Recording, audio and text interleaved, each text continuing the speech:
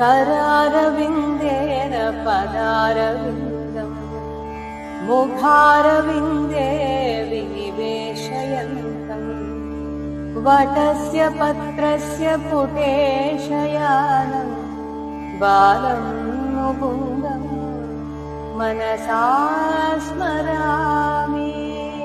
അപ്പോൾ ഭഗവാന്റെ കരം, കൈകൾ അരവിന്ദത്തിന് തുല്യമാണ്.